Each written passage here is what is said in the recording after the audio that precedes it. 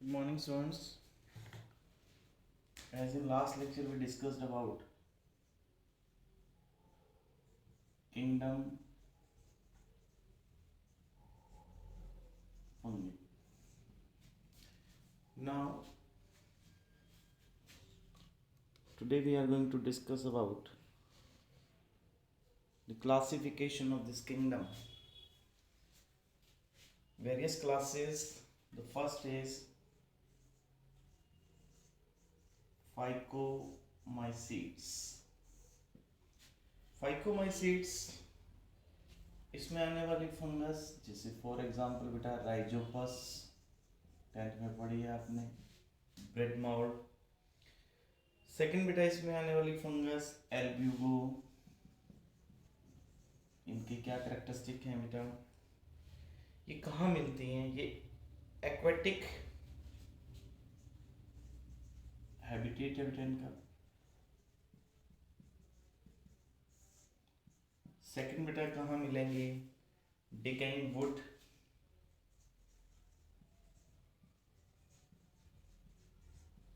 इन moist reason,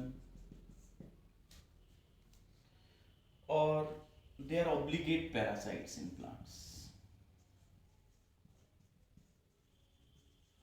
obligate parasite का मतलब कि ऐसे पैरासाइट्स जिनकी लाइफ साइकिल होस्ट के बिना पूरी नहीं होती हो।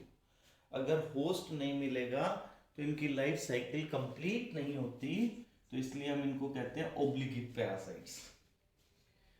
अब इनमें रिप्रोडक्शन, इनके माइसीलियम कैसा है? इनका माइसीलियम बेटा एसेप्टेट है, मींस उसमें सेप्टा नहीं है, तो मल्टी न्यूक्लिएटेड है। मल्टी न्यूक्लिएटेड के लिए क्या टर्म यूज किया है? हमने टर्म यूज की थी बेटा इसके लिए कोइनोसाइटिक, मल्टी न्यूक्लिएटेड साइटोप्लाज्म। इसके बाद है बेटा इनमें रिप्रोडक्शन कैसी होती है? इनमें एसेक्सुअल रिप्रोडक्शन होती है बेटा बाय जूस्पोर्स,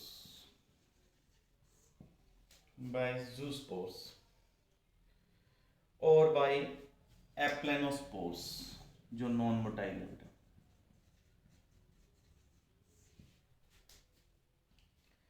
नेक्स्ट है बेटा कि अगर इनमें जो गैमीट्स हैं, अगर गैमीट्स मॉर्फोलॉजिकली सिमिलर हों तो क्या टर्म यूज करेंगे? Isogamous. Then the term is used isogamous. If the gametes are not similar, they are dissimilar. If similar gametes are there, then term is isogamous. And if dissimilar gametes, then anisogamous. Next बेटा second है ascomycetes. Sac fungi जो है ascomycetes, second classification है इनकी fungus की। Second is ascomycetes. Ascomycetes, as I told you, क्या कहेंगे इनको? Sac fungi. They are mostly multicellular. Example penicillium, जिससे एंटीबायोटिक मिलता है, फर्स्ट एंटीबायोटिक जो था। And they are rarely unicellular. कौन है यूनिसेलुलर? आप जानते हैं, ईस्ट। इसके बाद बेटा ईस्ट जो कि सैक्रोमाइसिस है। कैसे होते हैं? सैप्रोफाइटिक है, डेड मैटर पे ग्रो करती है, डीकम्पोजर्स हैं, पैरासाइटिक है, कोप्रोफिलस भी हैं इसमें। कोप्रोफिलस कौन होंगे? जैसे बेटा कौन कौन है इसमें? इसमें है बेटा सैप्रोफाइटिक, डीकम्पोजर्स, और क्योंकि ये डंग पे ग्रो करते हैं तो इसलिए हमने इनके लिए टर्म यूज की है, क्या है बेटा? कोप्रोफिलस। कोप्रोफिलस ये डंग पे, वेस्ट पे ग्रो करते हैं। इसके बाद है बेटा इनके अंदर जो माइसीलियम है, माइसीलियम इनका ब्रांच्ड और सेप्टेट है। देयर माइसीलियम समझ गए ना, नेटवर्क ऑफ हाइफा। तो इनका कैसा मिलता है बेटा, ब्रांच्ड है और सेप्टेट है। फाइको का कैसा था, ए सेप्टेट था, कोइनोसाइटिक था, मल्टीसेलर था। इनके अंदर एसेक्सुअल स्पोर्स कैसे हैं, एसेक्सुअल रिप्रोडक्शन जो होगी इनके पास होगा बेटा कॉनिडियम। देन बेटा सेक्सुअल स्पोर्स, सेक्सुअल स्पोर्स कैसे होंगे, इनके पास जो सेक्सुअल स्पोर्स है बेटा एस्कोस्पोर्स, दे आर एस्कोस्पोर्स। इसमें आने वाली और कौन सी फंगस है, इसमें आने वाली है बेटा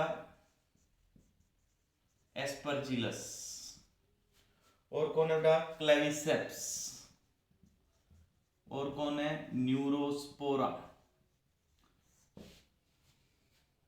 न्यूरोस्पोरा को जो यूज करते हैं इसको हम लोग बायोटेक में यूज करते हैं, जेनेटिक वर्क में यूज करते हैं, एक्सपेरिमेंट्स में यूज करते हैं, जेनेटिक मॉडिफिकेशन जब करवाते हैं तो इसको यूज करते हैं बेटे, किसको, न्यूरोस्पोरा को। अब इसके बाद है बेटा अगली क्लास बेसिडियोमाइसीट्स।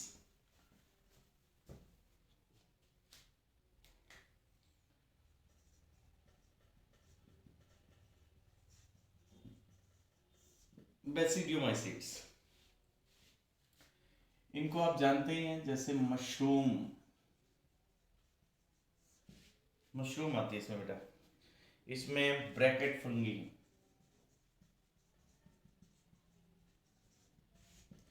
और इसमें आती है बेटा पफ बॉल्स, ब्रैकेट फंगी और पफ बॉल्स।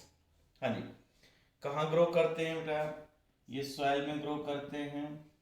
उसके बाद बेटे ये ट्री स्टम्प्स पे ग्रो करते हैं।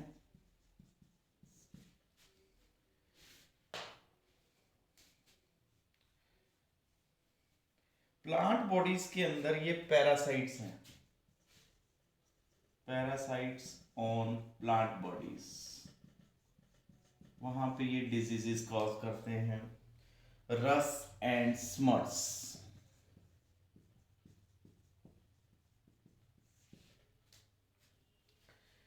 इनमें एक इंपॉर्टेंट है बेटा, इनके पास अच्छा इनका जो माइसीलियम है कैसा है, माइसीलियम ब्रांच्ड है,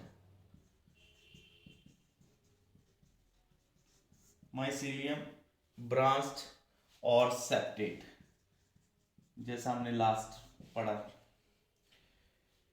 इसके बाद बेटा इनमें एसेक्सुअल स्पोर्स जनरली मिलते नहीं हैं, asexual spores generally not found।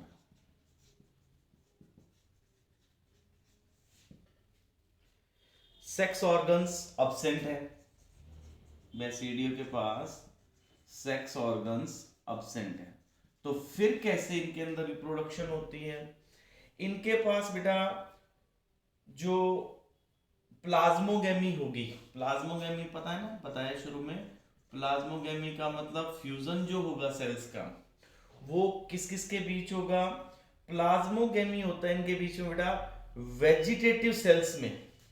Plasmogamy किस में होगा, वेजिटेटिव, मतलब सेक्स ऑर्गन तो है ही नहीं, तो वेजिटेटिव सेल्स जो होंगी डिफरेंट स्ट्रेन्स की, है ना, मेल फीमेल, तो उनके बीच में फ्यूजन होगा, और जो रिजल्टेंट स्ट्रक्चर बनता है फ्यूजन से, क्या बनता था, जैसे जाइगोट बनता है डाइकैरियोटिक, हमने पहले पढ़ा है सारा बेटा, इनमें जो रिजल्टिंग स्ट्रक्चर आएगा वो कैसा होगा, डाइकैरियोटिक, डबल न्यूक्लियस वाला, क्योंकि वेजिटेटिव फेज में सेल्स जब मिलेंगे साइटोप्लाज्म तो मिक्सअप हो जाएगा और दो न्यूक्लियस होंगे, डाइकैरियोटिक है, जो अल्टीमेटली क्या देगी, it gives basidium, structure develop हो जाएगा बेटा, and then basidium produces by karyogamy मतलब फ्यूजन ऑफ न्यूक्लियस, और फिर इसमें क्या होगा बेटा, मियोसिस, मियोसिस और कैरियोगेमी, मियोसिस से क्या होगा, हैप्लॉइड सेल्स बनेंगे। तो इससे जो स्ट्रक्चर अल्टीमेटली बनेगा वो क्या होगा, इससे बेसिडियोस्पोर्स, और बेसिडियोस्पोर्स आगे क्या प्रोड्यूस करेंगे, फिर से नई फंगस प्रोड्यूस कर देंगे, माइसीलियम प्रोड्यूस कर देंगे। तो इसमें एग्जाम्पल कौन कौन है, अस्टिलेगो, देन बेटा इसके अंदर पिक्सीनिया,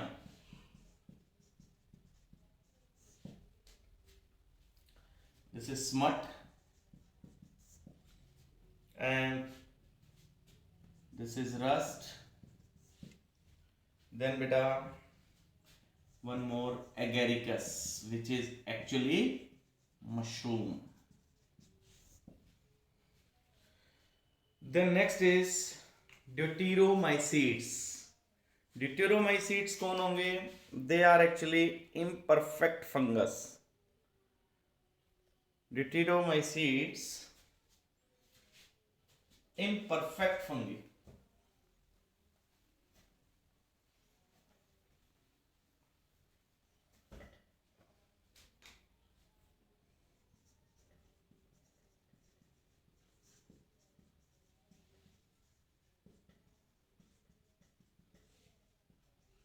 ये लास्ट क्लास है बेटा, they are called as imperfect fungi because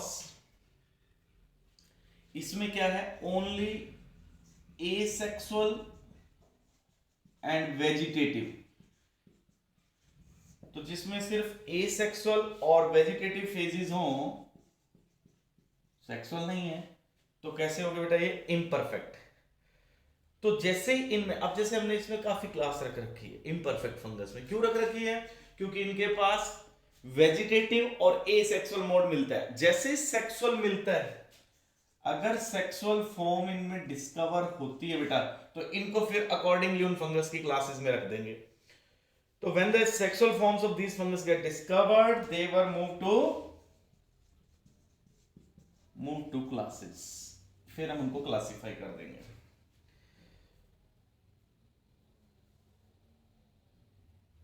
Now, which are the examples of these deuteromycetes?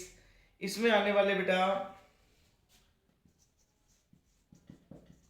Alternaria, then बेटा ट्राइकोडर्मा, तो ये इम्परफेक्ट फंगस लास्ट क्लास। तो जैसे इनमें सेक्सुअल फेज डिस्कवर होगा, तो इनका जो रिलेशनशिप आ जाएगा, इनको आइडेंटिफाई करते हैं और फिर हम इनको परफेक्ट मेंबर्स में रख देते हैं।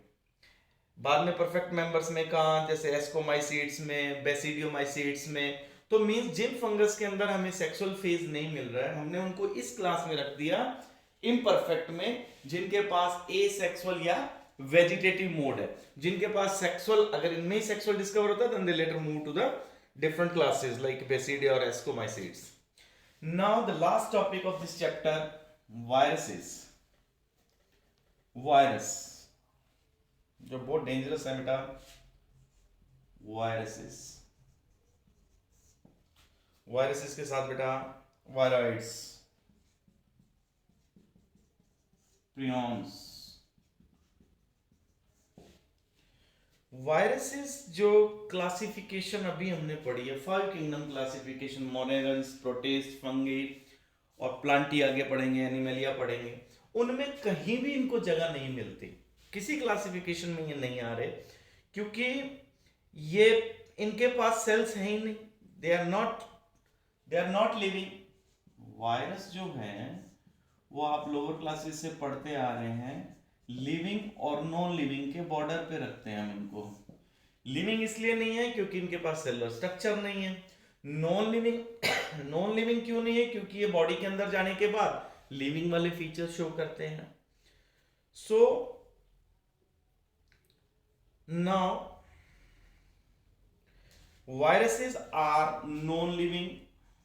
Viruses are actually non cellular organisms, cells नहीं है बेटा इनके पास, तो फिर है क्या? इनके पास न्यूक्लियोप्रोटीन्स हैं, they are having inert crystalline structures,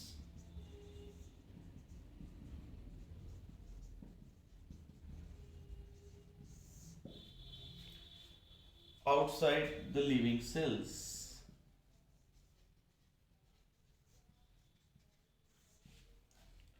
अब इन वायरसेस के बारे में, इनके डिस्कवरी और इनके जेनेटिक मटेरियल, जैसे इनको अभी मैंने आपको बताया कि ये नॉन सेलुलर हैं, जैसे इनको होस्ट सेल की मशीनरी मिलती है, जैसे ये हमारी सेल में चले गए, जैसे अब कोरोना है, जैसे इनको सेल की मशीनरी मिलती है, ये उस होस्ट सेल की मशीनरी को यूज करते हैं और मल्टीप्लाई करते हैं, और क्या करेंगे, उस सेल को किल कर देंगे, किल होस्ट सेल, मल्टीप्लाई करेंगे और उस सेल को किल कर देंगे। वायरस वर्ड का मतलब क्या है? वायरस वर्ड का मतलब बेटा infectious fluid. Now the meaning of term virus.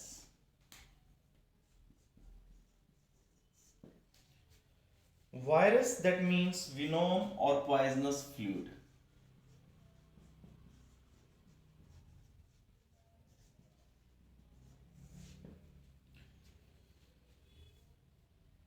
This name was given by Dmitry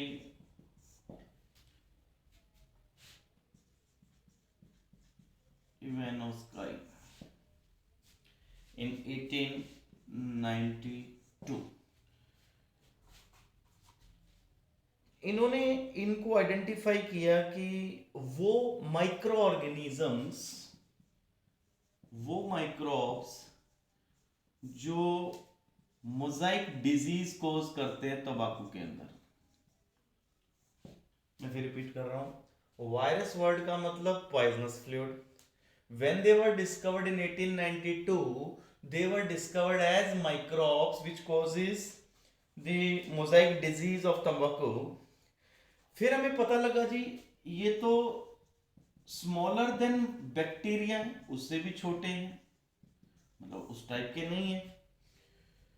क्यों, ये कैसे पता लगा बैक्टीरिया से छोटे हैं? Because they can pass through,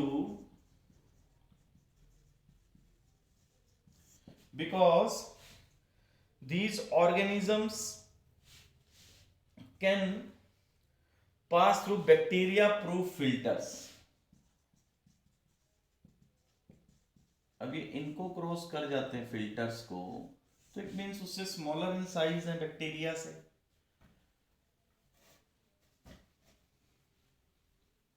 तो वायरसेस इन्फेक्शियस फ्लूइड है बेटा, जो तंबाकू के अंदर डिजीज कॉज करते हैं, स्मॉलर देन बैक्टीरिया है क्योंकि ये बैक्टीरिया प्रूफ फिल्टर से पास हो जाते हैं। Then in 1898 it was found that extract from the tobacco plant which has already been infected with the viruses, कि extract of infected plants, कि जैसे एक तंबाकू प्लांट के ऊपर वायरस का अटैक हुआ है, उस प्लांट का आप एक्सट्रैक्ट निकालते हो और उसको किसी और पे डालते हो तो वहां डिजीज हो जाती है। इट मींस ये पास हो सकते हैं, डिजीज पास कर सकते हैं, इन्फेक्शियस है, इट कॉजेस इन्फेक्शन। तो कैसे होगे बेटा, इन्फेक्शियस होगे ना, पास हो सकते हैं और आगे ऑर्गेनिजम्स के अंदर डिजीज कॉज कर सकते हैं। देखो मैं फिर रिपीट कर रहा हूं, वायरस कैसे होते हैं, इन्फेक्शियस फ्लूइड होते हैं। जब उनको डिस्कवर किया तो they were treated as microbes like the bacteria. फिर पता लगा कि बैक्टीरिया से भी छोटे हैं। क्यों छोटे? क्योंकि वो बैक्टीरिया प्रूफ फिल्टर्स को क्रॉस कर जाते हैं। इसके बाद बेटा 1898 में इन्फेक्टेड प्लांट, जैसे तंबाकू मोजाइक प्लांट के ऊपर वायरस ने अटैक किया है, हमने उसका एक्सट्रैक्ट निकाला और नेक्स्ट प्लांट पे डालते हैं तो वो इन्फेक्शन पास होता है, इट मींस ये इन्फेक्शियस है। तो इन फ्लूइड को फिर हमने कहा कॉन्टाजिनम,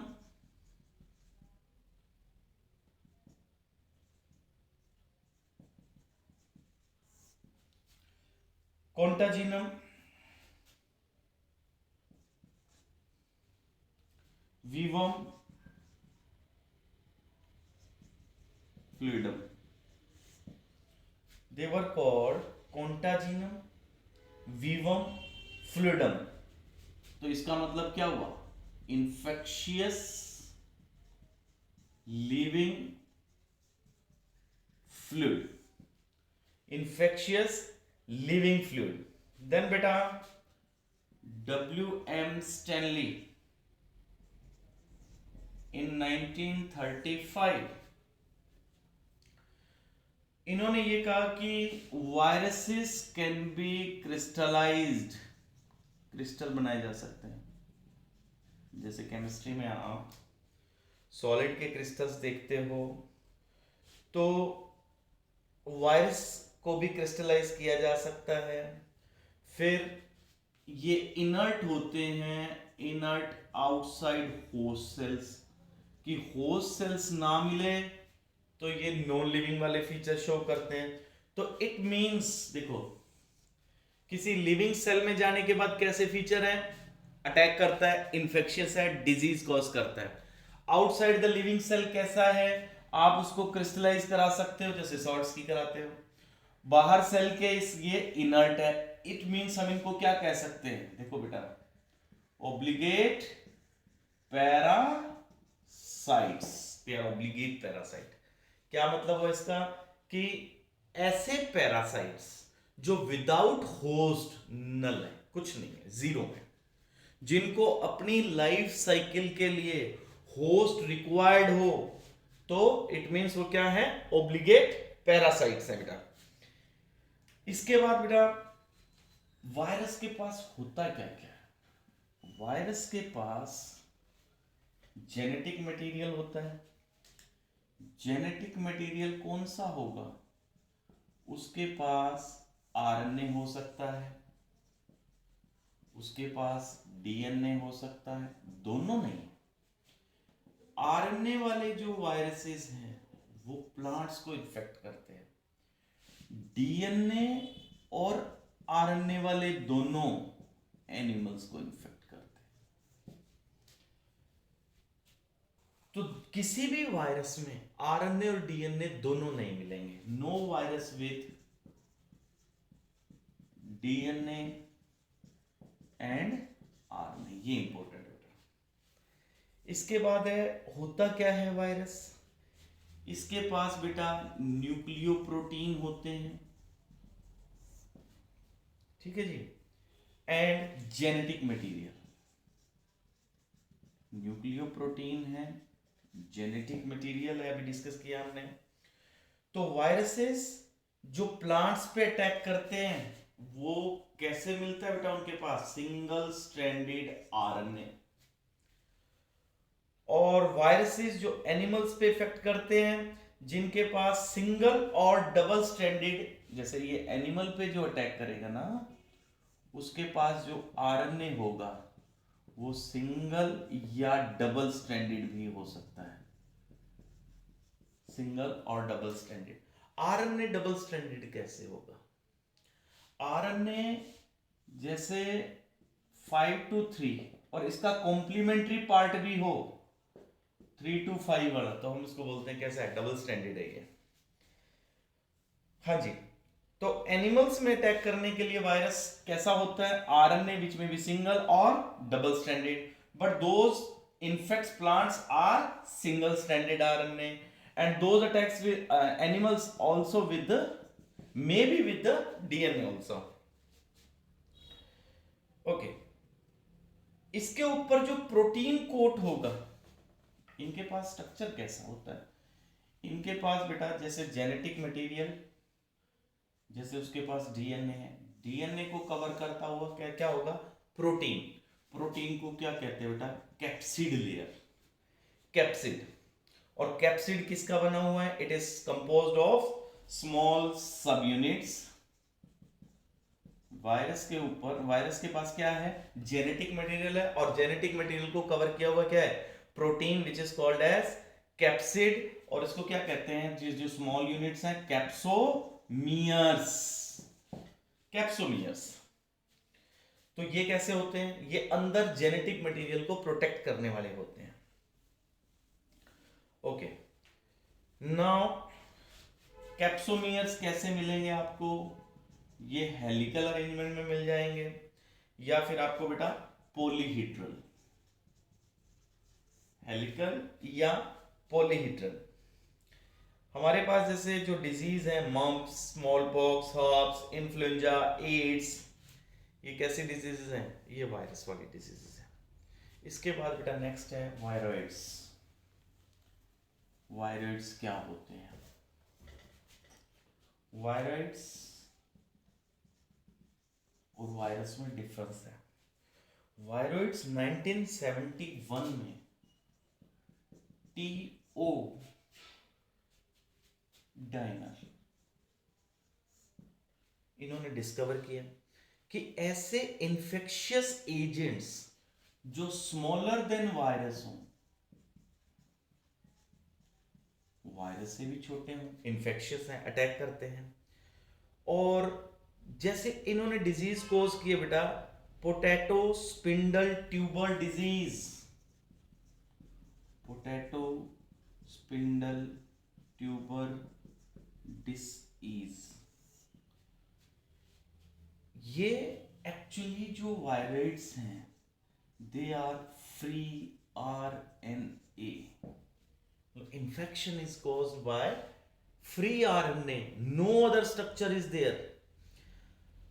कैसा RNA? Low molecular weight RNA, low molecular weight RNA बेटा। तो RNA कैसा है? RNA जैसा प्लांट वायरस में मिलता है, जो जेनेटिक मटेरियल है वायरसेस का। तो इसके पास क्या नहीं है जो वायरस के पास है? नो प्रोटीन कोट, जैसा अभी अपन पढ़ा था, कैप्सिड। कैप्सिड नहीं है इसके पास, कवरिंग नहीं है प्रोटीन की, न्यूक्लिक मैटर के ऊपर कवरिंग नहीं है, फ्री RNA है। तो this RNA is actually infectious agent in viroids. Now next is prions.